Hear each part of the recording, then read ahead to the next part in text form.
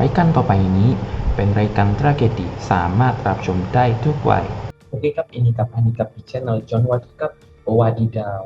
Kembali lagi di episode Raikan Tragedi yang bakal kasih tahu kalian tentang update-update tragedi terkini di Thailand.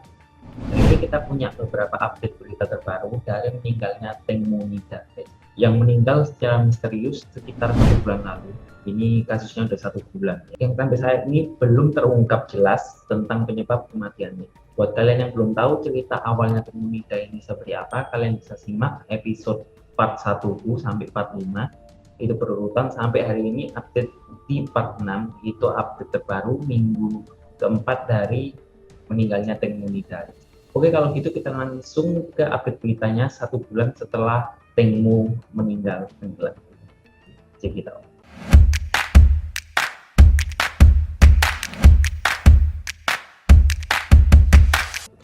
Berita pertama adalah dipanggilnya Po dan Robert oleh kepolisian Nonthaburi, Thailand.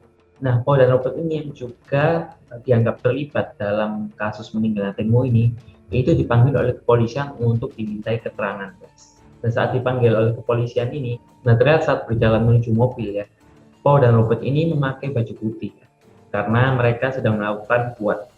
Buat kalian yang belum tahu buat itu apa, kalian bisa cek di part kelima. Itu aku juga menjelaskan beberapa tentang buat itu apa.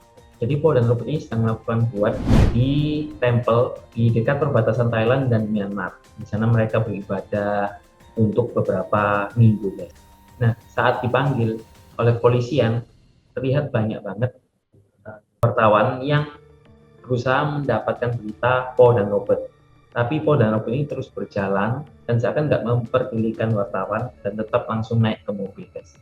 Nah, saat sampai di kantor polisi, itu mereka dimintai keterangan, tapi keterangan yang mereka berikan itu juga tidak membantu pihak kepolisian. Bahkan saat ditanya, Po dan Robert ini malah menyampaikan kalau mereka akan berbicara jujur setelah menyelesaikan ibadah buat itu. Saat ditanya balik sama polisinya, tentang apa sih apa yang kalian mau katakan, Po dan Robert ini malah nggak menjawab sama sekali. หากทั้งคู่เนี่ยปฏิบัติธรรมเสร็จแล้วจะสารภาพความจริงทั้งหมดมันคือเรื่องอะไรล่ะคะมันคือเรื่องอะไรล่ะครับทั้งสองไม่ตอบนะคะไม่ยอมปิปากไม่ยอมเปิดปากตอบคำถามเลยนะคะ Dan sebenarnya apa yang disembunyikan Po dan Robert ini sampai harus menunggu buatnya itu selesai baru menceritakan kejujurannya. Aku sampai sekarang juga masih bingung banget tentang Po dan Robert ini dan kejadian yang sebenarnya ini seperti apa aku masih bingung, guys. Oke, kita langsung aja lanjut ke berita kedua. Berita keduanya adalah penemuan video yang diduga Teng Mo itu sedang berenang untuk meminta tolong, guys. Jadi satu-satunya orang yang berusaha mencari CCTV dari segala titik di Chao Phraya itu adalah Sosote. Masih ingat ya? Sosok ini itu memang sangat ulet dalam mencari keterangan dari CCTV karena gunanya CCTV ini untuk menambah bukti supaya kasus ini makin jelas, guys. Nah, apa yang ditemukan oleh Sosote ini yaitu ada video yang dimana ada sebuah titik yang diduga itu adalah Teng Mo yang lagi berenang meminta tolong, guys. Nah, di situ juga ada nelayan yang sedang cari ikan di sekitar titik yang diduga adalah Teng Mo yang sedang meminta tolong. Nah, di video itu juga merekam nelayan ini menghampiri titik tersebut, guys. Tapi setelah menghampiri titik tersebut, itu nelayan itu terus berbelok dan melanjutkan mencari ikan, ya. Nggak menggubris titik ini.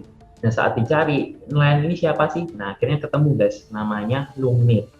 Lumit ini menyatakan kalau titik itu adalah sebuah bongkahan kayu ya, yang terapung aja. Jadi, dia bersumpah kalau itu bukan orang atau bukan Teng Mo, sehingga ya ngapain ditolong gitu, ngapain diurusin. Di media sosial, ini Lumit ini dihujat habis-habisan sama netizen di Thailand, guys. Dan Lumit ini yang nggak terima itu akhirnya melaporkan kejadian ini ke pihak berwajib karena merasa nama baiknya itu tercemar, guys. ก็เสียหายทางจิตใจผมด้วยอะไรเงี้ยเขามองผมเป็นอะไรเนี่ยเป็นคนไม่ดีไปเลยอ่ะหาว่าผมไม่ได้ช่วยคนแต่ที่นั้นมันไปช่วยได้ไงเพราะมันไม่ใช่คนมันไปต่อไม้อ่ะ Karena ulah Sosote yang memberikan kesan bahwa video ini itu memberitahukan bahwa nelayan ini nggak menolong Teng Mo yang sedang minta tolong, guys. Nah, balik lagi ke pernyataan Sosote. Sosote ini juga tetap bersikeras menduga bahwa itu adalah Teng Mo yang sedang berenang. Ini juga bisa jadi waktu nelayan itu datang ke titik itu Teng Mo sudah tenggelam. karena Tengmo hanya berpegangan kepada bongkahan kayu itu. Nah, kenapa sosok ini tetap bersikeras bahwa titik itu adalah Tengmo yang sedang berenang minta tolong? Itu karena awalnya titik itu ada di tengah dari Sungai Copraya. Nah, beberapa menit kemudian titik itu seperti berenang menyamping ke tepi Sungai Copraya. Sosoti menduga kalau Tengmo ini berenang dengan bongkahan kayu itu, tapi saat berenang itu Tengmo itu akhirnya sudah nggak kuat dan tenggelam. Barulah nelayan ini itu melihat sebuah titik dan merasa penasaran dan mengakhiri. Tapi saat mengakhiri itu Tengmonya sudah tenggelam, sudah nggak ada, dan hanya tinggal bongkahan kayu tersebut. Karena secara logika kalau misalnya bongkahan kayu di tengah itu harusnya dia larinya ke hilir, mengikuti hilirnya. Nah, tapi dia ini malah ke tepi sungai. Kebetulan hilirnya kan harusnya ke sana, tapi dia malah ke sini. Itu yang juga diduga itu Tengmo. Walaupun memang kondisinya CCTV itu nggak begitu jelas ya, karena minim cahaya dan tidak bisa dipastikan juga 100% bahwa itu adalah Tengmo yang sedang minta tolong. Jadi masih 50-50 gitu lah CCTV ini. Kalau menurut kalian gimana guys?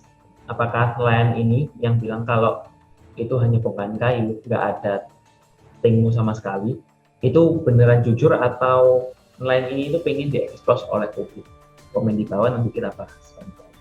Nah, yang ketiga itu adalah berita dari update otopsi kedua dari Tengmo Mida yang dilakukan oleh ahli forensik Thailand yang bernama Dr. Pontik.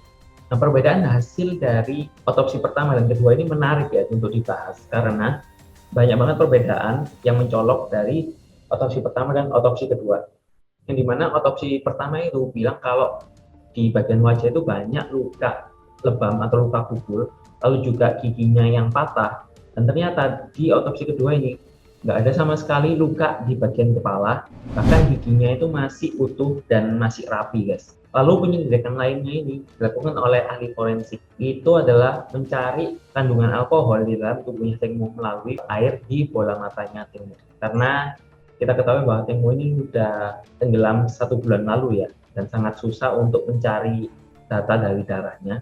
Oleh karena itu ahli forensik ini mengambil data dari bola matanya Tengmo, karena ahli forensik ini menyatakan kalau air dari bola mata itu bisa tetap memprediksi berapa kandungan alkohol yang ada di darahnya Tengmo. Dan ternyata memang ada kandungan alkohol di dalam tubuhnya Tengmo. Tapi yang disayangkan bahwa saat kejadian itu kelima orang yang ada di kapal itu nggak diperiksa secara langsung guys, malah diperiksanya 2 atau 3 hari setelah kejadian itu. Jadi kandungan alkoholnya itu sudah nggak bisa valid gitu loh, apakah beneran ada atau enggak di hari itu kan. Itu yang disayangkan oleh ahli forensik. Jadi antara data dari Tengmo dan 5 orang ini itu akhirnya nggak sama guys.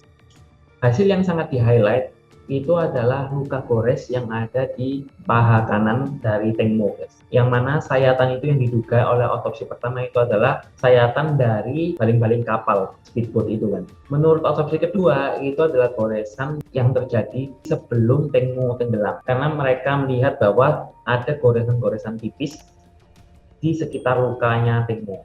Nah, mereka juga menyatakan bahwa setelah ini bisa dicari itu sebenarnya goresannya itu penyebabnya dari apa? Apakah benda tajamnya seperti apa, lalu dimensi dari goresannya seberapa, itu bisa dicari. Nah, para praktisi pun mencoba beberapa analisa dengan mereka ulang kejadian itu dengan membawa satu bagian utuh ya, daging babi, itu dicoba untuk digoreskan ke baling-baling kapal yang menyala guys. Nah, saat digoreskan itu ternyata daging babi tersebut itu kayak tercecah belah gitu kan, karena kan baling-baling dari kapal itu kan cepet banget kan putar ya. Begitu kena daging jadi kayak robeknya nggak beraturan guys. Itu berbanding terbalik dengan hasil luka yang ada di pahanya Tengmo yang seperti garis aja, bukan seperti kayak tidak beraturan gitu guys. Nah, sedangkan salah satu ahli senjata ini menduga bahwa itu adalah sayatan dari pisau, dimana dia juga mencoba dengan pisau ini digoreskan ke daging babi, dan itu menyerupai luka yang ada di pahanya Tengmo. Nah, menurut kalian gimana? Kalau menurutku, pendapat pribadi, itu kayaknya Tengmo itu memang dilukai sebelum tenggelam guys. Nggak mungkin kena baling-baling kapal, karena goresannya itu yang garis ya. Tetapi hal ini kayak direncanakan dengan rapi ya, dengan baik, sehingga susah banget menemukan CCTV yang merekam kejadian itu secara langsung dan jelas ya.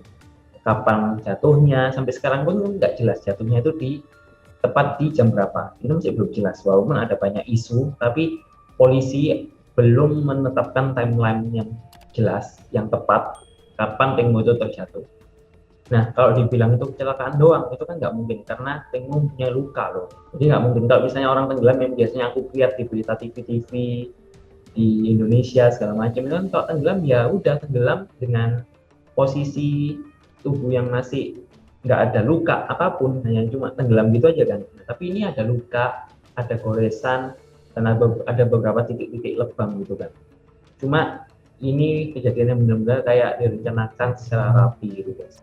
Jadi semoga bakal ada update terbaru lagi, dan kita sedang menunggu hasil dari otopsi kedua secara resmi yang bakal dirilis mungkin seminggu atau 2 minggu ke depan guys. Nah, menurut kalian gimana ya guys? Apa sih yang sebenarnya terjadi saat hari itu? Nah, aku mau ajak kalian berkomentar di kolom komentar bawah, nanti kita bahas. Oke, kalau gitu sekian 3 update penting di dalam minggu ini, minggu keempat dari kasus Tengmo ya.